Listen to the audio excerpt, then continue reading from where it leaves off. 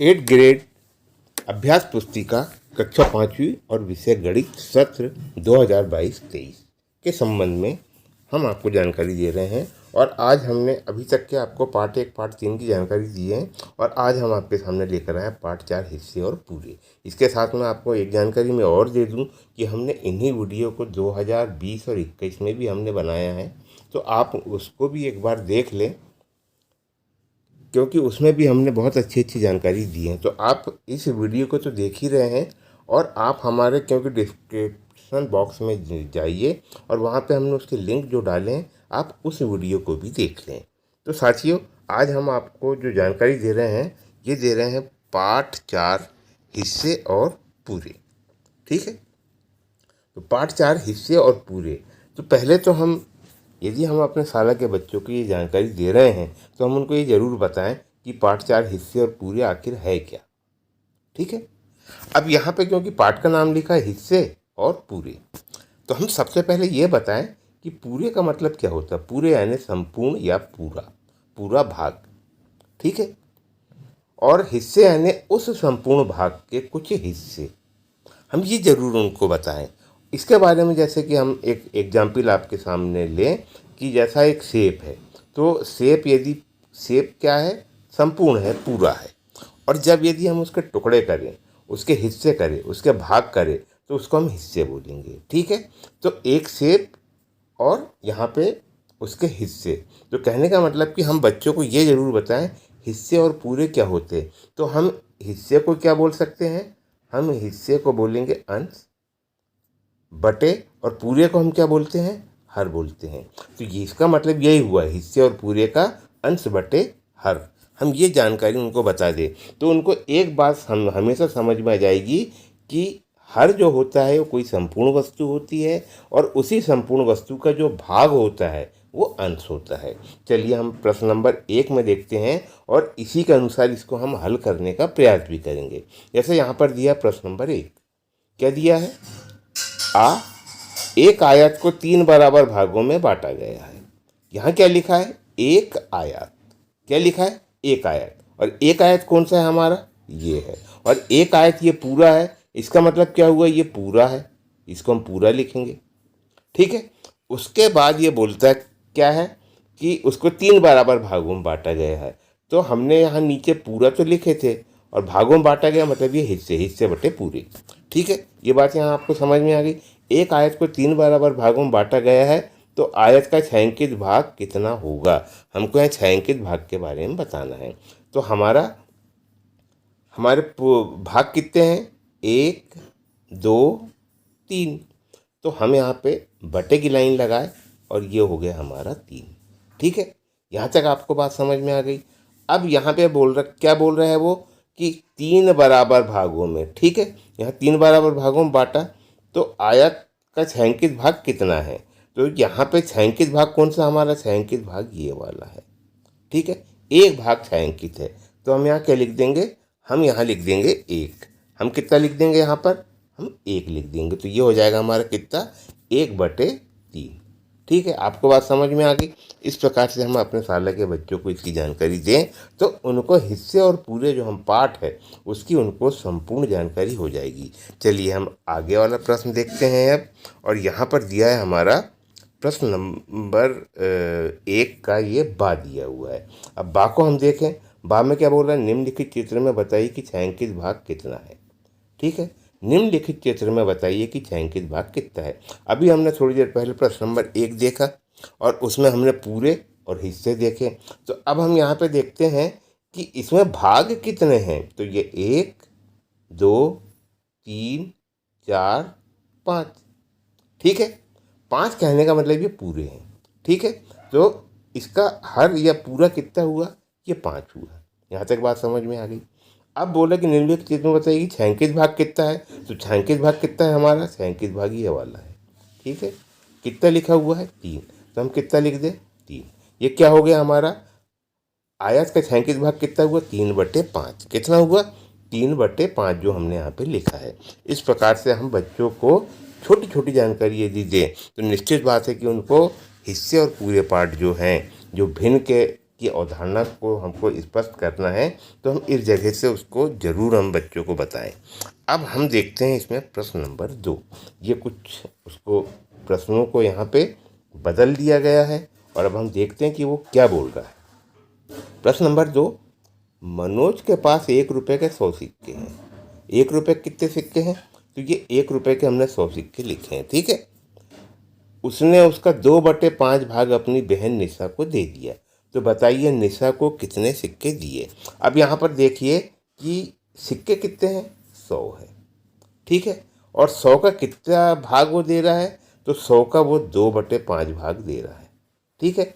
अब 2/5 को यदि हम बच्चों को अगर अच्छे से समझाए तो हम यहाँ ये बता सकते हैं कि यहाँ 2/5 का मतलब हुआ है कि यदि 5 सिक्के हैं तो उसमें से कितने सिक्के दे रहा है, 2। जैसे 5 सिक्के में से कितने सिक्के दिए उनने, 2। फिर दूसरे 5 में से कितने दिए, 2। फिर ऐसा देते देते देते वो आएगा, ठीक है।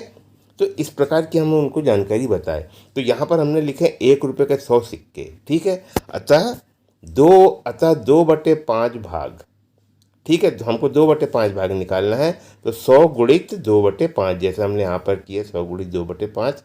5 से हमने इसको 20 बार काट दिए हैं और यहाँ गुणा किए तो हमने कितना आ गया, ये 40 सिक्के आ गए। और यदि हम 5 सिक्के में से भी 2-2 सिक्के 2-2 सिक्के 2-2 सिक्के जब देना हम चालू करेंगे तो आखिरी स्थिति क्या आ जाएगी हमारी, 40 आ जाएगी।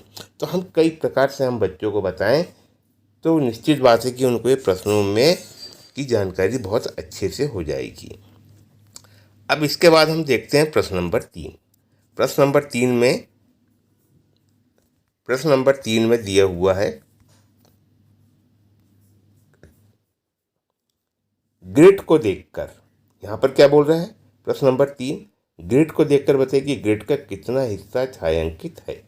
हमको यहाँ पे ये बताना है कि कितना हिस्सा छायांकित है, हमको कितने हिस्से के बारे में यहाँ पे बताना है। मगर हम सबसे पहले देख लें कि ग्रिड में आखिर के हिस्से हैं कितने।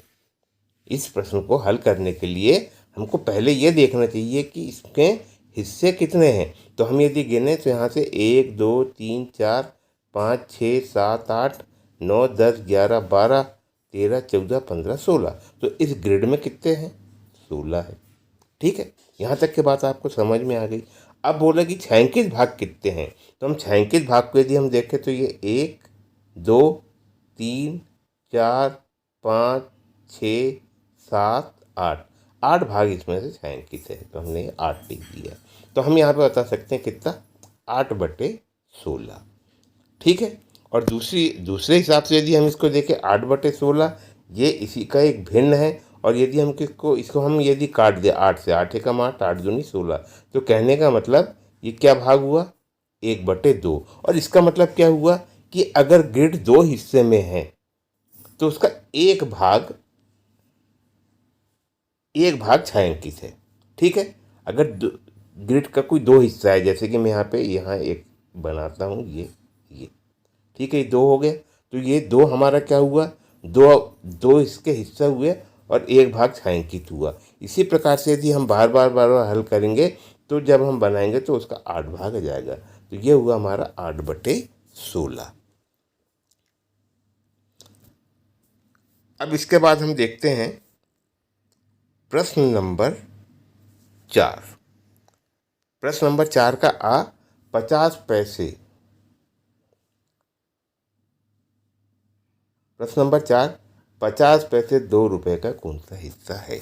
हम यहाँ पे ये बताना हमको कि 50 पैसे 2 रुपये का कौन सा हिस्सा है, ठीक है। अब यहाँ पे हम बच्चों को एक जानकारी ज़रूर बताएं कि 1 रुपये बराबर कितना होता है, 100 पैसे होता है, ठीक है। 1 रुपये बराबर 100 पैसे, और वो क्या बोल रहा है, 2 रुपये बोल रहा है। तो 200 गुणित 2 बराबर कितने पैसे हो गई, ये 200 पैसे हो गए, ठीक है। यहाँ तक बात आपको समझ में आ गई। तो हमको क्या बताना, 50 पैसे 2 रुपये का कौन सा हिस्सा है। तो 200 पैसे हमारा पूरा हुआ, ठीक है, ये पूर्णांक हुआ, कहने का मतलब ये हमारा हर है। और 50 पैसे हमारा क्या है, ये अंश है। तो हमने वहाँ पे 50/200 इसको लिख दिया। और 50/200 हमने लिखा है, तो इसको जब हमने काटे हैं तो जैसे हम शून्य से शून्य को काट दे, और 5 एकम 5 और ये 5 चौके 20 हो गया, 1/4। तो कहने का मतलब 50 पैसे 2 रुपये का 1/4 हिस्सा है। इस प्रकार से हम बच्चों को जानकारी दें। अब इसके बाद हम देख रहे हैं प्रश्न नंबर 4 का बा।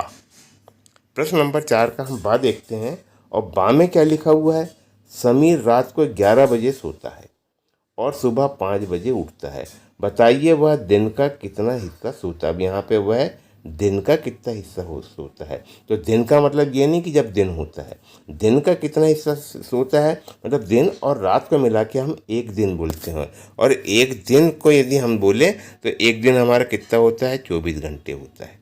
ठीक है, यहाँ तक बात आपको समझ में आ गई। अब हम ये देखते हैं कि रात के 11 से 5 बजे का समय कितना है। तो 11 से 12 1 घंटा हुआ हमारा, और फिर 1 से 5 बजे का कितना हुआ, 5 घंटा हुआ। तो कुल मिला के कितना हुआ हमारा, ये 6 घंटे हो गया। ठीक है, तो वो कितने घंटे सो रहा है, 6 घंटे सो रहा है।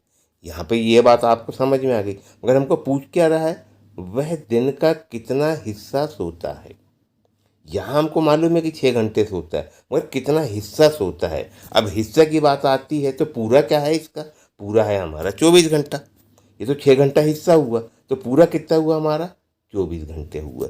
तो हम इसको लिख सकते हैं 6/24। ठीक है, क्योंकि यह हमारा पूर्णांक हुआ और ये उसका उसका भाग हुआ 6 घंटे। और इसको हम जब काटेंगे तो 6 कम 6 और 6 चौके 24, तो कितना आ जाएगा, 1/4। इसी प्रकार से हमने इस प्रश्न को यहाँ पे हल करके बताया है। रात के 11 से 5 बजे का समय 6 घंटा, एक दिन बराबर 24 घंटा होता है। तो हमने यहाँ लिखे 6/24। इसको जब हमने काटे 6 कम 6 6 चौके 24, तो 1/4 हिस्सा आया। तो यहाँ हमने लिखा समीर दिन का 1/4 हिस्सा सोता है। हम हर एक जानकारी हम बच्चों को दें तो निश्चित बात है कि उनको ये प्रश्न को हल करने में बिल्कुल परेशानी नहीं होगी। अब हम इसके बाद देखते हैं प्रश्न नंबर 5। तो हम यहाँ देख रहे हैं प्रश्न नंबर 5। नीचे दिए गए चित्र में आयत क्रमशः 2, 4, 8 बराबर भागों में बांटा गया है। जैसे ये 2 भाग में बांटा गया है, ठीक है, ये 2 भाग में बांटा गया, ये 4 भाग में बांटा गया और ये 8 भाग में बांटा गया है। ये जानकारी हमको बता रहा है। और सभी आयत के बराबर हिस्से में से आधे हिस्से को छायांकित किया गया है। आप देख रहे हैं कि इसमें भी आधा भाग छायांकित है, इसमें भी आधा भाग छायांकित है और इसमें भी हमारा आधा भाग छायांकित है। तो बताइए प्रत्येक आयत में छायांकित भाग कितना है। हमको यहाँ ये जानकारी देना है कि आयत में जो 3 आयत जो बने हैं, जिसमें 1 हिस्सा 2 हिस्सा 4 हिस्से को जो बांटा गया है, ये बताइए प्रत्येक आयत में छायांकित भाग कितना है। हमको ये बताना कि कितना है। तो हम सबसे पहले देखते हैं पहला आयत नंबर 1। यदि हम देखते हैं तो इसके कितने भाग है, 2 भाग है। तो हमने यहाँ पे ये 2 लिख दिया है। और कितने भाग छायांकित है, तो 1 भाग छायांकित है। ठीक है, और ये कितना है इसका, ये आधा है। 2 भाग में से 1 भाग कहने का मतलब ये कितना हुआ, आधा हुआ। अब हम दूसरे चित्र को देखते हैं, नंबर 2 को यदि हम देखते हैं तो यहाँ पर 4 भाग हैं और 4 भाग में से 2 भाग को छायांकित किया गया, अर्थात कितना हुआ, ये 2/4 भाग हुआ। ठीक है, उसके बाद हम प्रश्न नंबर 3 को यदि हम देखते हैं तो यहाँ पर हम देखते हैं कि जो आयत जो बना है वो कितने भाग हैं, उसके 8 भाग है। 1 2 3 4 5 6 7 8 भाग है। तो हमने हर कितना लिख दिया, इसमें 8 लिख दिया। और छायांकित भाग कितने हैं, 1 2 3 4, तो हमने यहाँ पे 4 लिख दिया।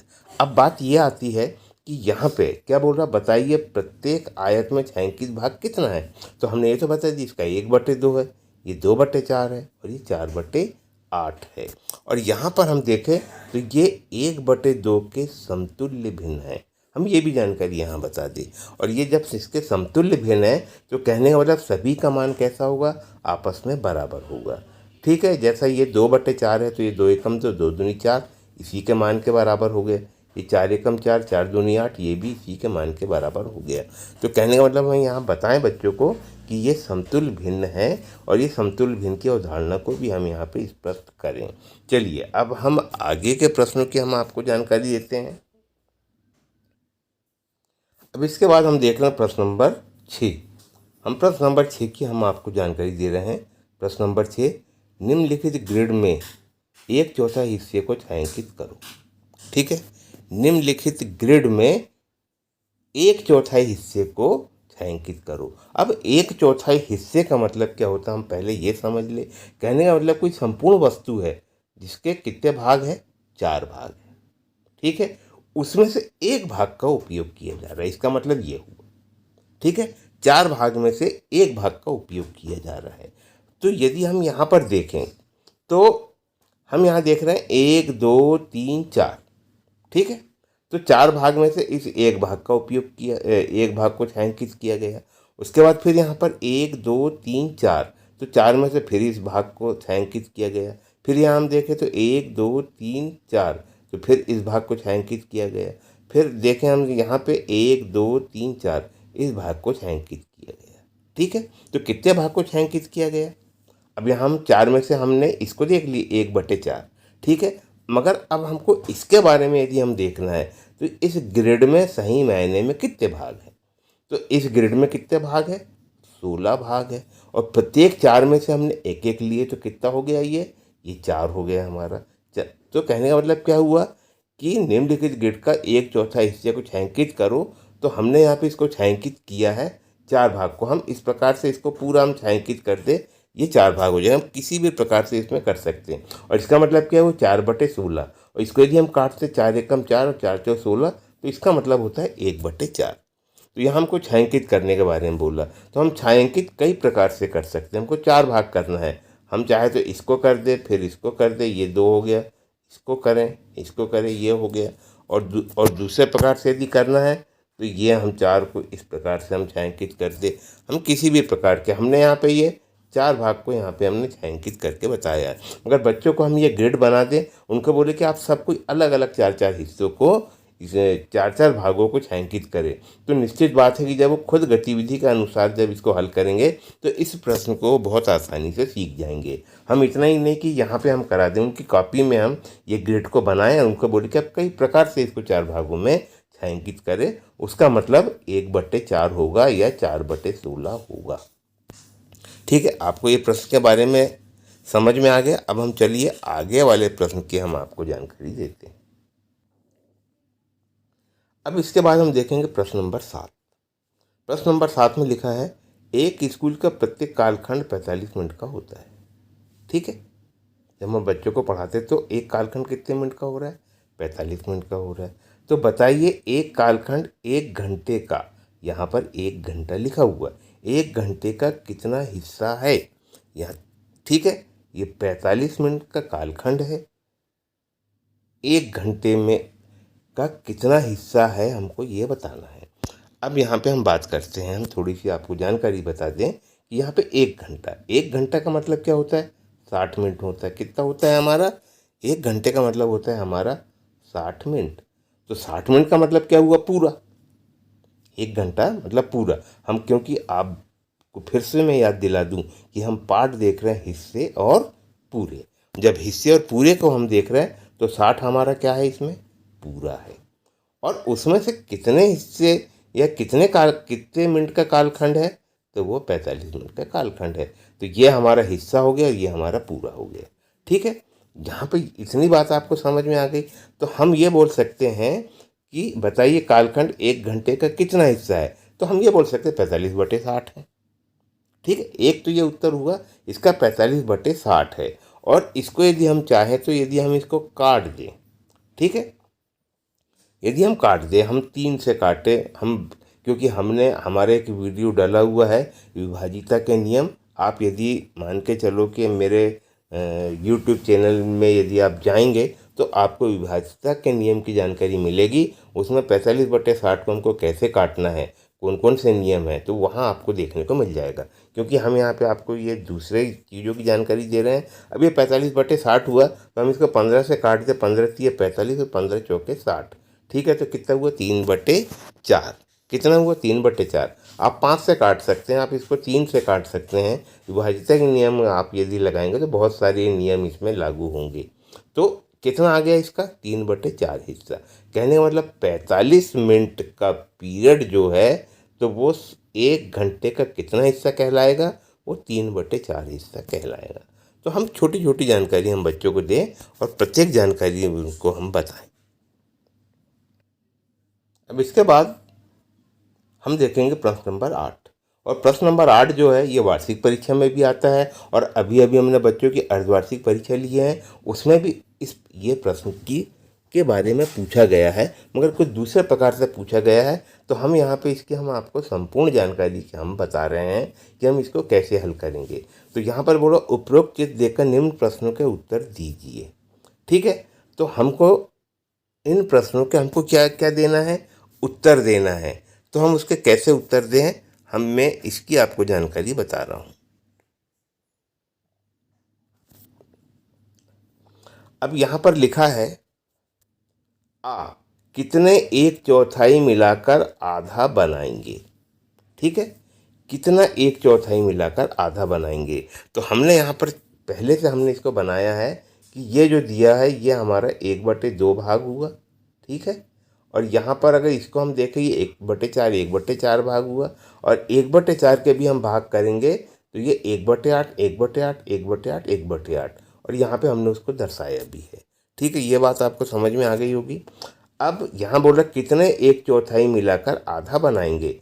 तो ये एक एक एक 1/4 भाग हुआ और ये 2 हुआ।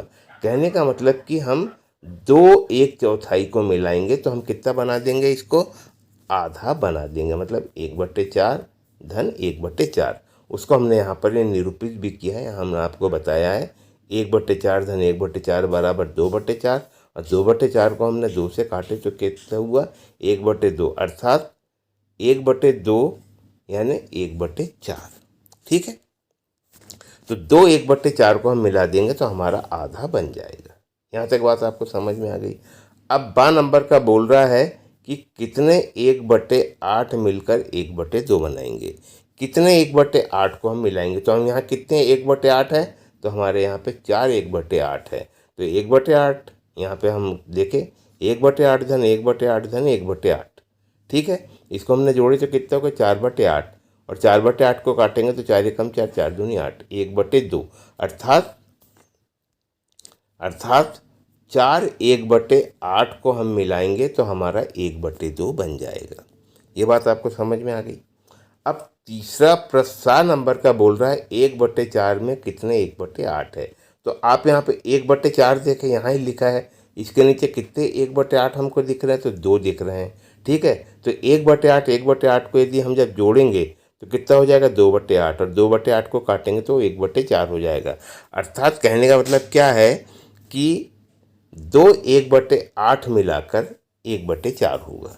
ठीक है, 2 1/8 को यदि हम मिला देंगे तो हमारा कितना हो जाएगा 1/8 हो जाएगा। यहाँ पर जैसे कि हमने प्रश्न में लिखा है 1/8 धन 1/8 बराबर 2/8, ये हमारा 1/4 हुआ, अर्थात 2 1/8 को हम मिलाएंगे। अब इसके बाद हमारे पास प्रश्न नंबर 9। ठीक है, प्रश्न नंबर 9 हम देख रहे हैं कि प्रश्न नंबर 9 में हमको क्या जानकारी पूछ रहा है। प्रश्न नंबर 9, वाहिद ने अपने खेत के 9 बराबर हिस्से किए हैं। कितने हिस्से किए, 9 बराबर हिस्से किए हैं। प्रत्येक हिस्से में उसने सब्जी उगाई है। यहाँ पे प्रत्येक हिस्से में हमको सब्जी उनने उगाया है, मगर खेत के हिस्से कितने हैं 9, मतलब यहाँ पे 9 हमारा संपूर्ण हुआ या पूरा हुआ। ठीक है, अब इसमें कितने कितने हिस्से में क्या बो रहा है, क्या उनने लगाया है, और हमको प्रश्न किस प्रकार से पूछ रहा है, अब हम उसको देखते हैं। तो यहाँ पे सबसे पहला प्रश्न है हमारा, सबसे पहला प्रश्न जो दे रहा है वो आ नंबर का, वाहिद खेत के सबसे बड़े हिस्से में कौन सी सब्जी उगा रहा है, यह भाग खेत का कितना हिस्सा है। तो हम यहाँ पे हम देख रहे हैं कि मिर्ची और सभी चीज़ों के यदि हम देखें तो हमको यहाँ पर हम देख रहे हैं कि यहाँ टमाटर, इस जगह पर टमाटर है और इस जगह पर टमाटर है।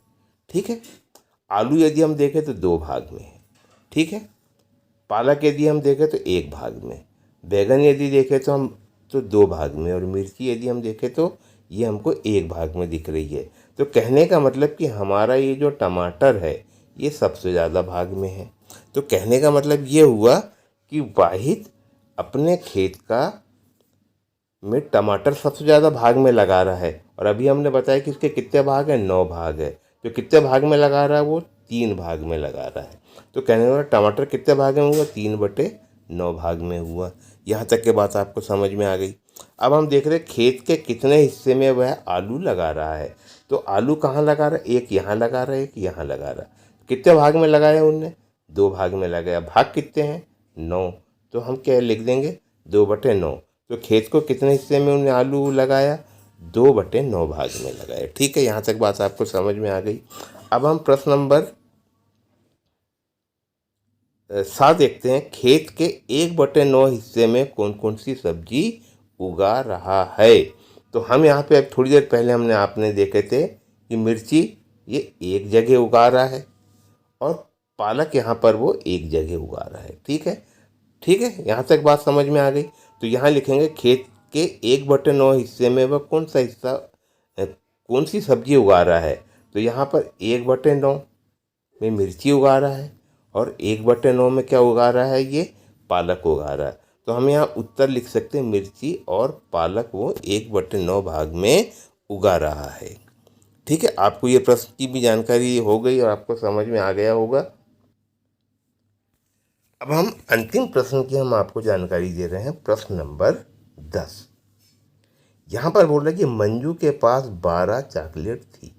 ठीक है, कितनी चॉकलेट है, यहाँ पे 12 चॉकलेट है। कहने का मतलब कि संपूर्णता क्या बता रहा है, 12।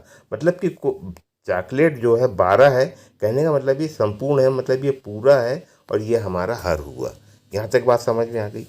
उसने 1/4 राजी को, 1/4 राजी को मतलब 1/4। यदि 4 चॉकलेट होती तो उसमें से 1 चॉकलेट दे रहा है, फिर दूसरी 4 में से 1 दे रहा है, फिर तीसरी 4 में से 1 दे रहा है। तो इस प्रकार से वो 1/4 भाग वो राजी को दे रहा है, 1/3 सुगंधा को दे रहा है और छठा भाग शीला को दे रहा है। बाकी हिस्सा उसने खुद ने खा लिया है। तो मंजू को चॉकलेट का कौन सा हिस्सा मिला। अब हमको इसे पहले निकालना है। तो यहाँ पे हमने लिखे कुल चॉकलेट। कुल चॉकलेट कितनी है, 12 है। राजी को दिया, राजी को कितना देना, 1/4। ठीक है, तो हमने 12 गुणित 1/4 इसको काटे तो इन्हें कितनी चॉकलेट दिया है राजी को, यहाँ राजी को उनने 3 चॉकलेट दिया। ठीक है, अब बात आती है कि 1/3 सुगंधा को दिया। 1/3 मतलब यदि 3 चॉकलेट होती तो उसमें से 1 चॉकलेट वो देता। कहने का मतलब 1/3 भाग वो चॉकलेट किसको दे रहा है, वो एक सुगंधा को दे रहा है। तो चलिए हम इसका निकालते हैं। सुगंधा को 12 गुणित 1/3, कहने का मतलब कितना चॉकलेट दिया उनने, 4 चॉकलेट दिया। यहाँ तक बात आपको समझ में आ गई। अब दूसरी बात है छठा भाग। कहने का मतलब यदि 6 चॉकलेट होती तो उसमें से 1 चॉकलेट वो किसको देता, शीला को देता। ठीक है, अब हम इसको ज्ञात करते हैं। तो शीला को 12 गुणित 1/6, कहने का मतलब 2 चॉकलेट। ठीक है, यहाँ तक के हो गए, यहाँ तक आपको बात समझ में आ गई है। अब हम देखते हैं आगे। हम आगे देखते हैं कि क्या बोल रहा है कि मंजू को चॉकलेट का कौन सा हिस्सा मिला, क्योंकि मंजू ने 12 चॉकलेट ली थी। अब यहाँ पर हम देखें तो 3 चॉकलेट उनने किसको दी, राजी को दी। 4 चॉकलेट किसको दी उनने, सुगंधा को दी। और शीला को कितने दी उनने, 2 दी। तो हम सबको जोड़ दें। ठीक है, 3 3 और 4 7 और 2 9, कहने का मतलब 9 चॉकलेट उसने बांट दी। ठीक है, किस किस को बांटी उनने, राजी, सुगंधा और शीला को। तो हम 12 में से 9 को घटा देंगे तो कितना मिला उसको, 1/3। सॉरी, उसको कितनी चॉकलेट मिली, 3 चॉकलेट मिली। तो यहाँ पर क्या बोल रहा, कौन सा हिस्सा मिला। हमारी चॉकलेट कितनी है, हमारी चॉकलेट 12 है। ठीक है, उसको चॉकलेट कितनी मिली, 3 मिली। तो ये 3 एकम 3 और ये 3 चौके 12, तो कितनी मिली इसको, 1/4। ठीक है, कितना हिस्सा मिला उसको, 1/4 हिस्सा मिला। इस प्रकार से हम इन प्रश्नों को हम अपने शाला के बच्चों को हम जानकारी दे सकते हैं और समझा सकते हैं। तो साथियों, वीडियो कैसा लगा, यदि ये वीडियो आपके लिए उपयोगी है तो इसको लाइक करें, शेयर करें, सब्सक्राइब करें।